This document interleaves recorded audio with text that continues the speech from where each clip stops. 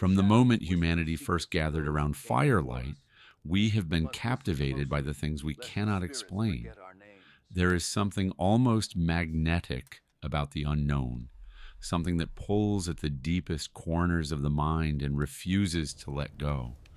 Every civilization, no matter how distant or isolated, carried stories of strange events and impossible encounters, tales that survived not because they were understood, but because they weren't. And perhaps that is the quiet truth we never admit.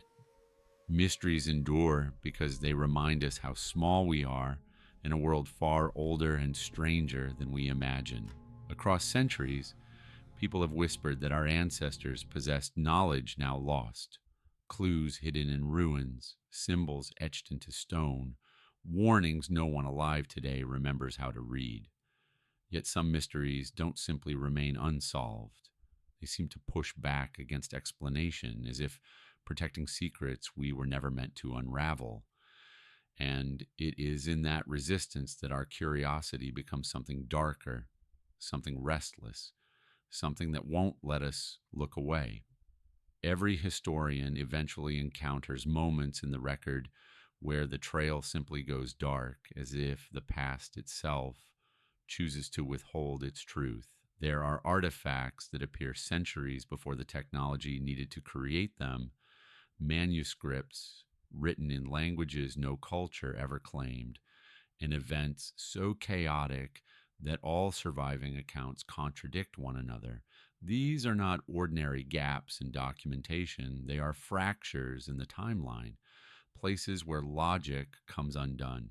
And the most unsettling part is how consistently these fractures appear just when a story begins to veer toward something unusual, something that doesn't fit the neat progression of human development.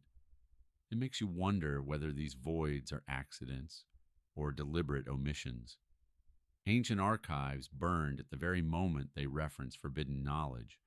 Entire settlements vanished with no trace of conflict, and rulers recorded everything except the one detail that would make their chronicles make sense.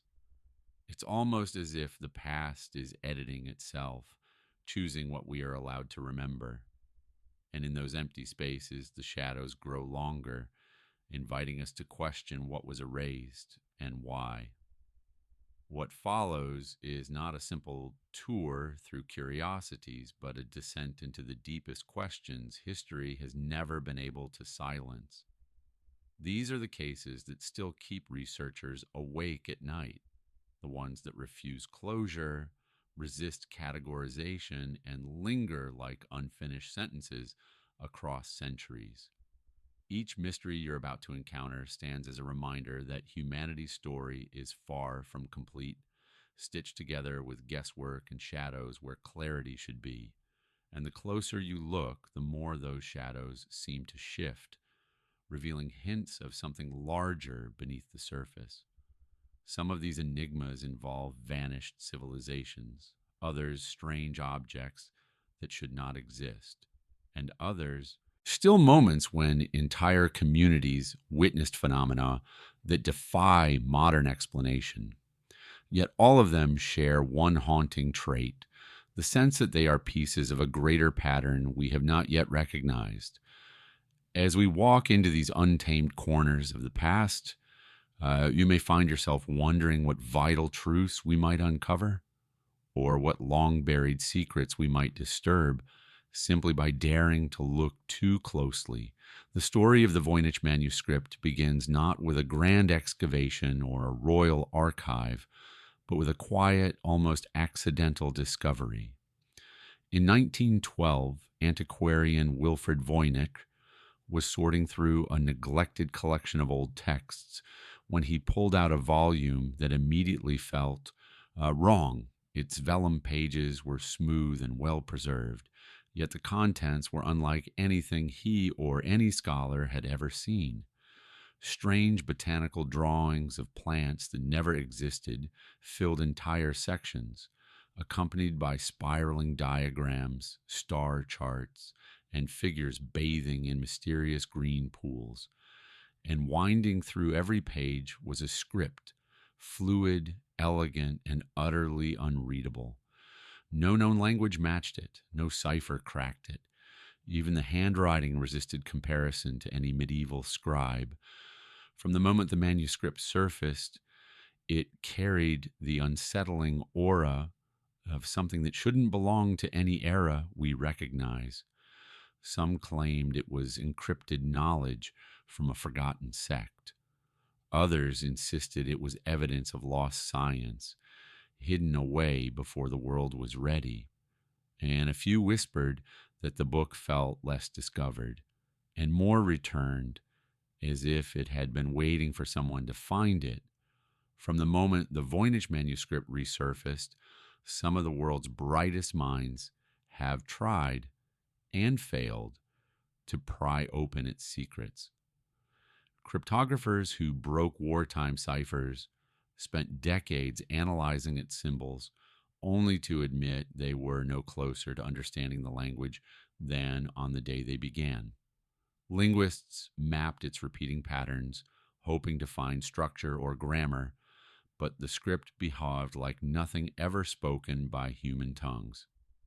Even modern artificial intelligence, capable of detecting hidden patterns buried deep within chaotic data, returned with results that bordered on the uncanny. The text behaves like a real language, yet corresponds to none on record. Some argue it must be a code so advanced that its key has been lost for centuries.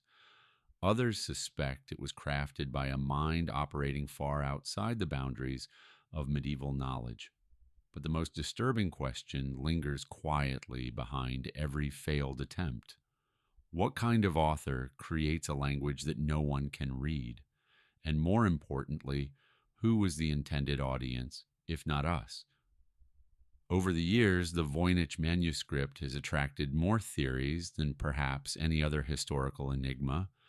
Yet each supposed breakthrough seems only to deepen the mystery. Some scholars swear either the text is an encoded alchemical manual, its bizarre plants representing ingredients or stages of transformation. But if that were true, why hide the knowledge in a script so impenetrable that even the most skilled alchemists of the era would have struggled to read it? Others dismiss the book as an elaborate hoax, a medieval prank designed to impress or deceive a wealthy patron.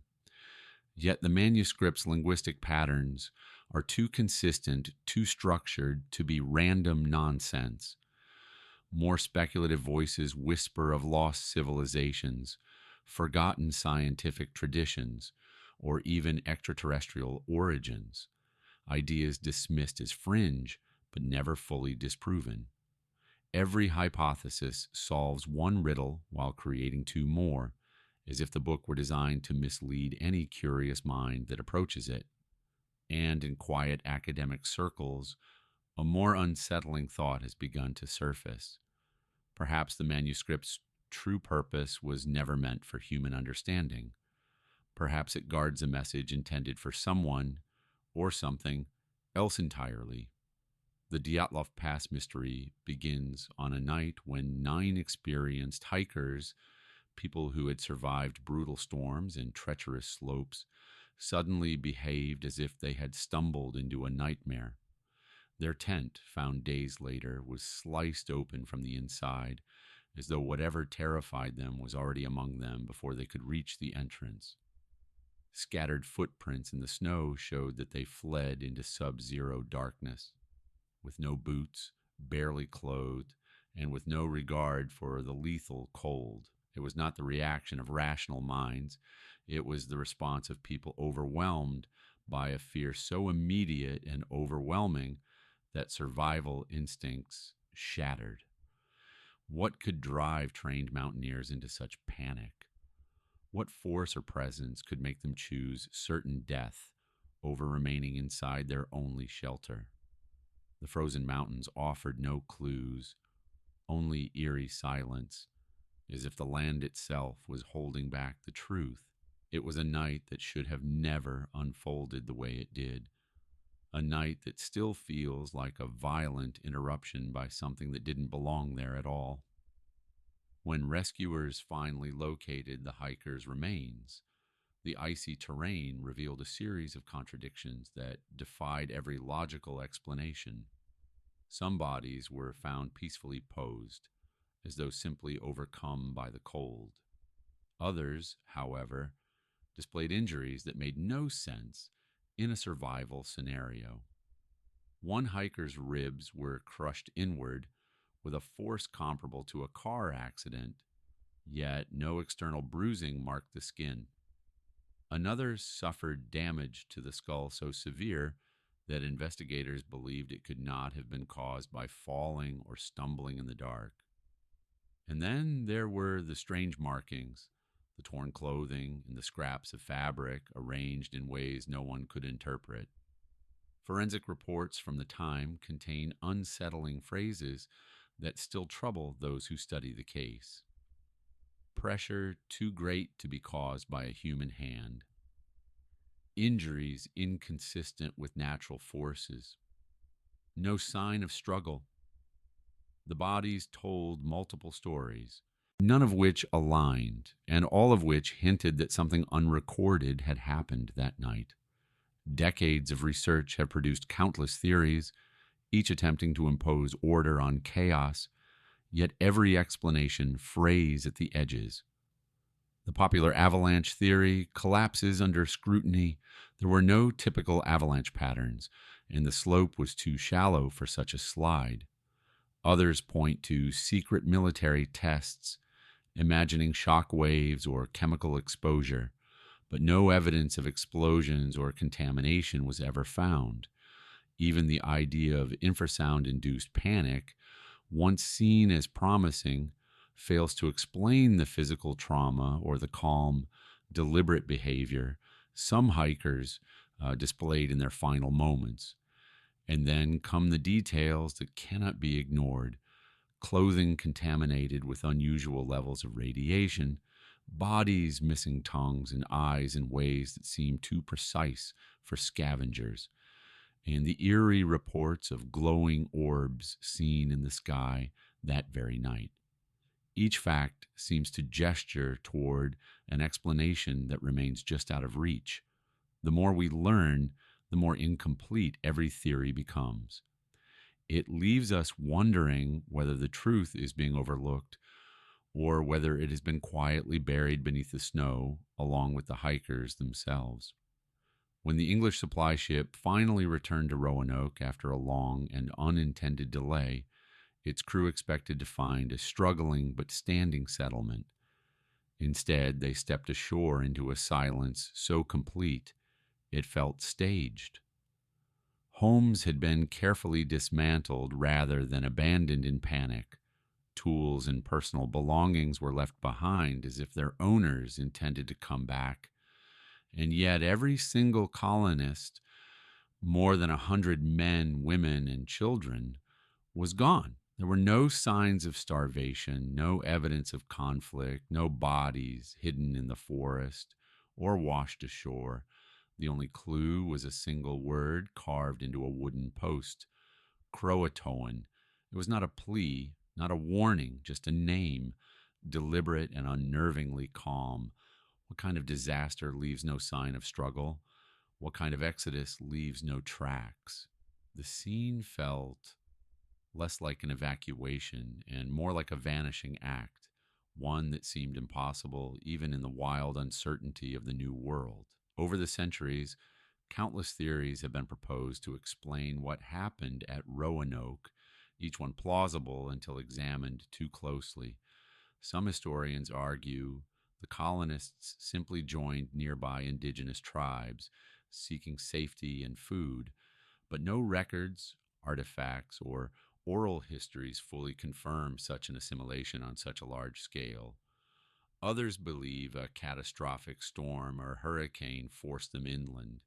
Yet storms powerful enough to erase an entire settlement leave unmistakable physical signatures, and none have been found.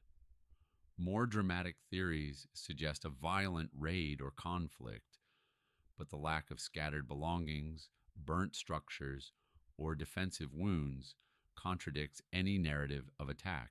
Then, There are the strange suggestions whispered at the edges of academic circles. The idea that the colonists may have followed a mysterious signal, something they interpreted as a sign, a message, or a summons, leading them willingly into the dense wilderness. Reports from the era mention lights in the trees, unexplained sounds, and uneasy interactions with forces the English didn't understand. Theories multiply, but none settle, leaving a sense that the truth lies beyond the boundaries of conventional explanation. Despite centuries of investigation, modern technology, and dozens of archaeological digs, the final fate of the Roanoke colonists remains stubbornly out of reach. Soil analysis, DNA testing, and satellite imaging have failed to reveal a definitive relocation site or burial ground. Even artifacts supposedly linked to the settlers often turn out to be unrelated, leaving researchers with more questions than answers. It's as if the colony simply dissolved into the landscape, leaving no trace of where it went or what it became. What keeps this mystery alive is the eerie precision of its emptiness. People vanish through war, famine, or disease, but an entire community does not erase itself with such quiet deliberateness. Something about Roanoke feels curated, as though someone removed the colonists with care, leaving just enough behind to provoke curiosity, but never enough to solve the puzzle. And so, the question lingers in the air, unsettling and persistent. What if the settlers weren't trying to hide at all, but were being hidden? If so, by whom or by what, and for what purpose? The village of Woolpit was an ordinary medieval settlement, bound by farmland and superstition, until the day two children emerged from the darkness of a wolf pit and shattered every assumption about the world. Their skin was unmistakably green, not pale, not tinted by sickness, but vividly and unnaturally green. They wore unfamiliar clothing made of strange materials, and when the villagers spoke to them, the children answered in a language no one recognized. Their voices were soft and melodic, their words flowing in patterns that belonged to no known dialect of England or the continent. Fear swept through Woolpit, but curiosity outweighed panic, for these children were clearly terrified and desperately hungry, yet refused every type of food offered to them except raw, freshly picked beans. Their appearance was more than odd. It defied the limits of medieval reality. Children do not simply materialize from holes in the earth, green-skinned and foreign-tongued. Yet here they were, stepping out of the shadows like travelers from a place that should not exist, carrying a mystery that would haunt chronicles for centuries. In an age where stories changed with every retelling, the accounts of the Green Children remained eerily consistent across multiple chroniclers. Writers separated by distance and decades describe the siblings in almost identical terms. Their luminous complexion, their strange manner of speaking, and their initial refusal to eat any food except beans straight from their pods. Such alignment is rare in medieval documentation, where rumor often overshadowed fact. Yet here, the details lined up with unsettling precision, as if the witnesses were trying to record something too bizarre to embellish. Historians have long struggled to explain the children's origin story, a claim that they came from a twilight land where the sun never shone brightly and everything existed in a perpetual haze. The boy, weakened by illness, died not long after their discovery, but the girl survived, learned English, and slowly integrated into society. Still, she maintained that their home was a dim, shadowed world, separated from ours by a river and an unseen passage, an account that defies every natural explanation. Over the years, Scholars have offered countless rational explanations for the Green Children, each attempting to ground the mystery in familiar territory. Some point to chlorosis, a medieval iron deficiency that can cause a greenish tint to the skin. Others believe the children were Flemish refugees who became lost, traumatized, and disoriented, their strange language merely a misunderstood dialect. A few suggest poisoning or a fungal exposure that altered their appearance and behavior. But each theory collapses under its own weight. Chlorosis does not produce fluent speech in an unknown language. Refugees do not emerge from underground pits, wearing unfamiliar clothing, unable to recognize the sunlit world around them. And poisoning cannot account for stories of a twilight realm where the light never fully rises.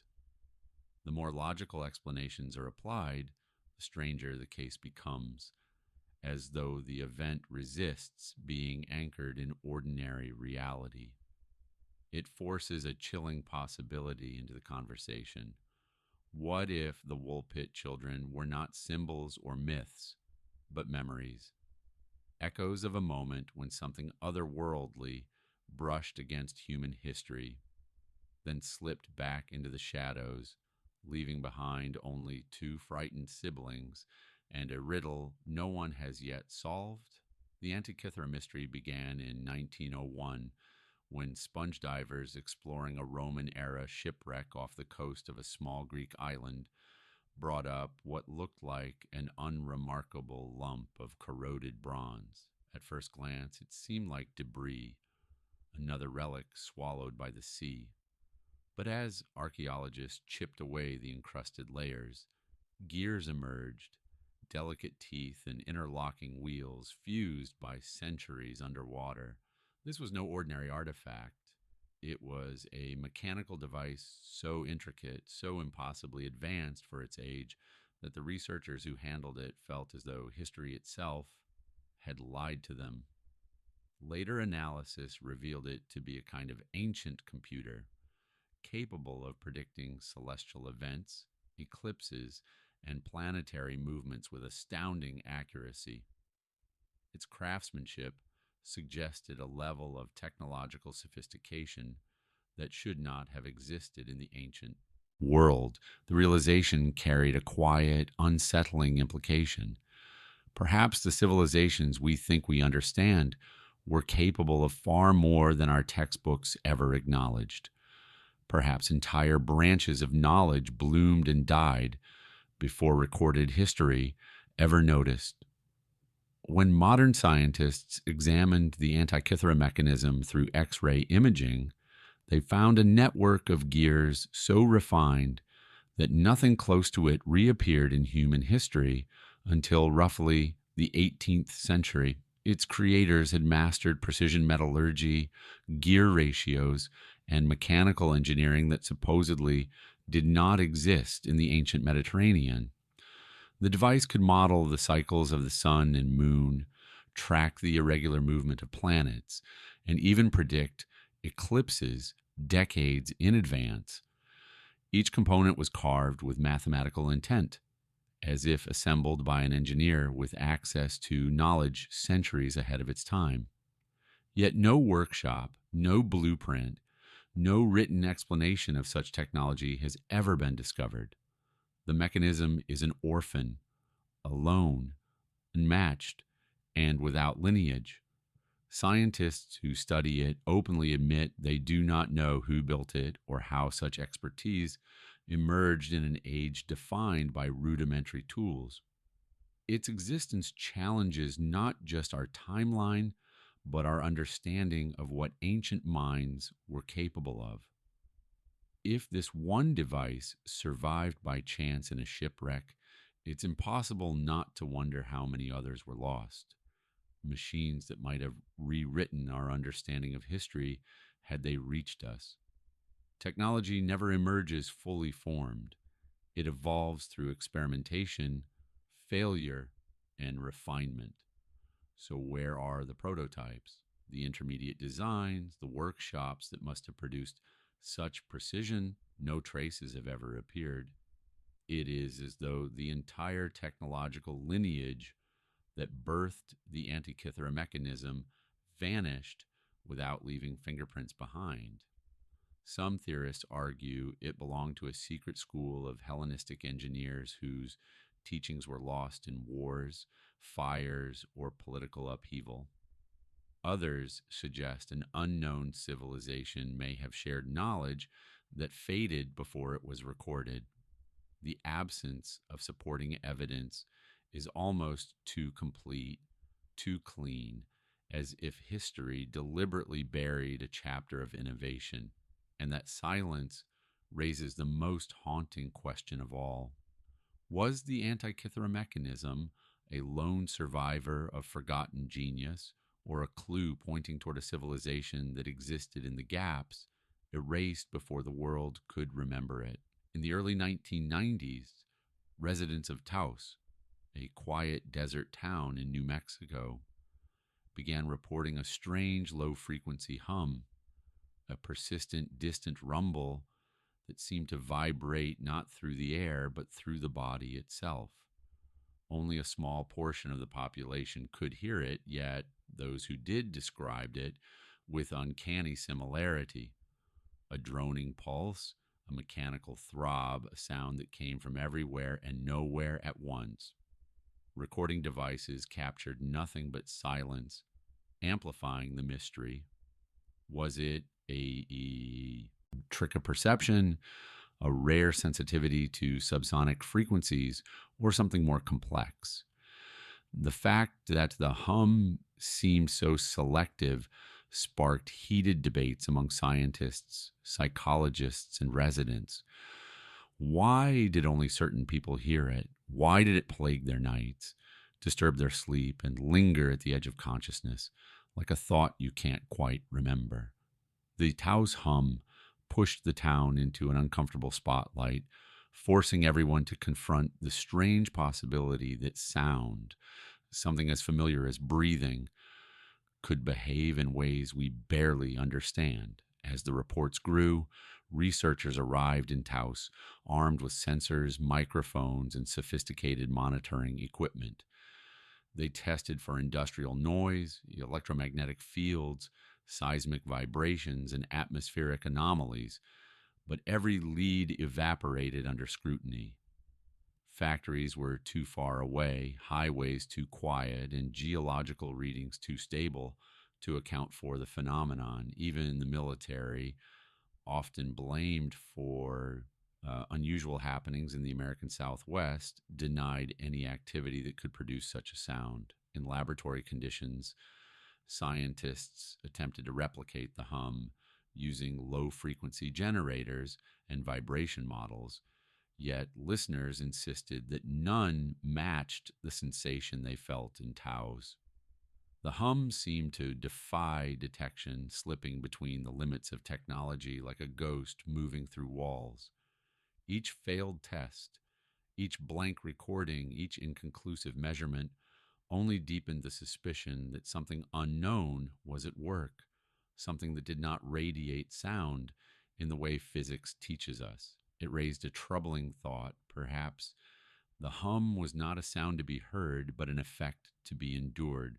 With no physical source identified, explanations drifted toward the psychological or the paranormal, each as unsettling as the last. Some researchers suggested a mass psychogenic event, a shared perception rooted in stress or suggestion, yet this theory faltered when long-term sufferers insisted the hum had unique patterns and rhythms that shifted unpredictably, details unlikely to arise from imagination alone. Others observed that animals in the region sometimes behaved strangely, moving erratically or avoiding certain areas, as if responding to vibrations humans could not perceive. For those sensitive to the hum, it became more than a nuisance. It seemed to shape their moods, disrupt their thoughts, and whisper at the edges of waking and dreaming. Yet the most disturbing idea came from those who experienced the hum most intensely. They described it not as a noise entering their ears, but as something resonating within them, a sensation stirring deep in the body or mind. It led to an unnerving possibility. What if the hum isn't external at all, but something inside us beginning to awaken, something ancient, dormant, and waiting for the right moment to be heard? On a quiet June morning in 1908, the skies above Siberia split open with a light so intense that villagers miles away thought the world was ending. A fireball streaked across the horizon, brighter than the sun, followed by a shock wave that ripped through the land with unimaginable force. When the air finally settled, more than 80 million trees lay flattened across an area larger than some countries. Yet there was no crater, no impact site, no clear point of origin. The earth bore the scars of devastation, but not the imprint of what caused it. Witnesses described a pillar of fire descending from the sky, a roar like artillery, and heat so fierce it singed clothing without flame. Whatever tore through the atmosphere behaved like a meteor. Yet the absence of debris hinted at something far stranger. From the very beginning, the Tunguska event resisted simple explanations, as if the land itself absorbed the truth before any human eye could grasp it. In the decades that followed, countless expeditions ventured into the remote Siberian wilderness, hoping to find the remains of the object that caused the explosion. Explorers combed the marshy soil for fragments of iron or rock, but none were ever found, not even microscopic traces expected from an ordinary space impact. The blast pattern itself deepened the confusion. Trees at the center remained standing, stripped bare but upright, while those farther away were blown outward in a radial formation. This suggested an air burst, but the energy release was unlike any known cosmic event. Some scientists pointed to the object's bizarre trajectory, which seemed to shift mid-descent, almost as if guided. Others noted unusual atmospheric effects that lingered for nights afterward, including strange glowing clouds and increased electrical activity. The more geologists studied the site, the more the evidence contradicted standard meteor behavior. Tunguska sat at the uncomfortable intersection of science and anomaly, a reminder that even the laws of nature occasionally behave in ways that defy their own rules. As conventional theories failed, more unconventional ones rose to take their place. Some researchers suggested the explosion was caused by an alien probe disintegrating in the atmosphere, its unknown materials leaving no trace. Others speculated that a tiny black hole had passed through the Earth, collapsing matter in its wake before exiting into space, an idea both terrifying and impossible to verify. A few physicists proposed exotic forms of energy or unknown natural phenomena that humanity has yet to observe again. And yet, each theory, no matter how bold, stumbled over the same obstacle. Not a single piece of the object remains. For an event powerful enough to flatten entire forests, it left behind an absence so complete that it almost felt intentional. The Tunguska event forces a single haunting question to the surface, one that science has never answered honestly. What kind of object can explode with such unimaginable force and leave no trace it ever existed? Whatever visited Tunguska in 1908 came and went like a shadow, violent, brilliant, and forever unexplained.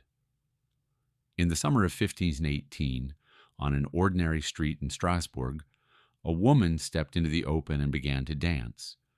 There was no music, no festival, no celebration, just the eerie sight of her swaying, spinning, and stamping her feet against the cobblestones with a frantic rhythm she could not control.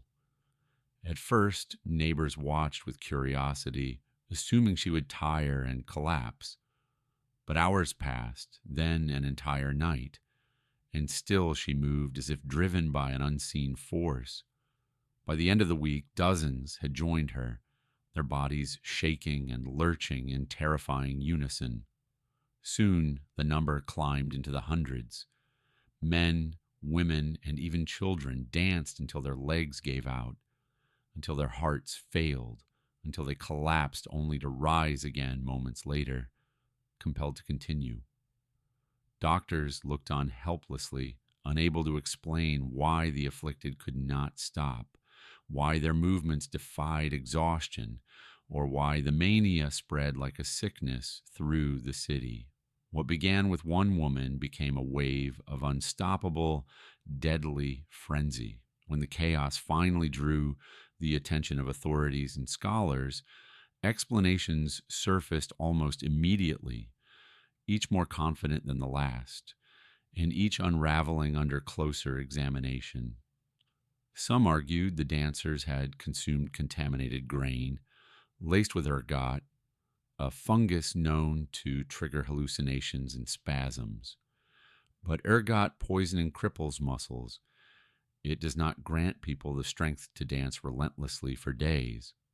Others blamed religious fervor, suggesting the dancers were possessed by a saint's wrath or driven by collective guilt.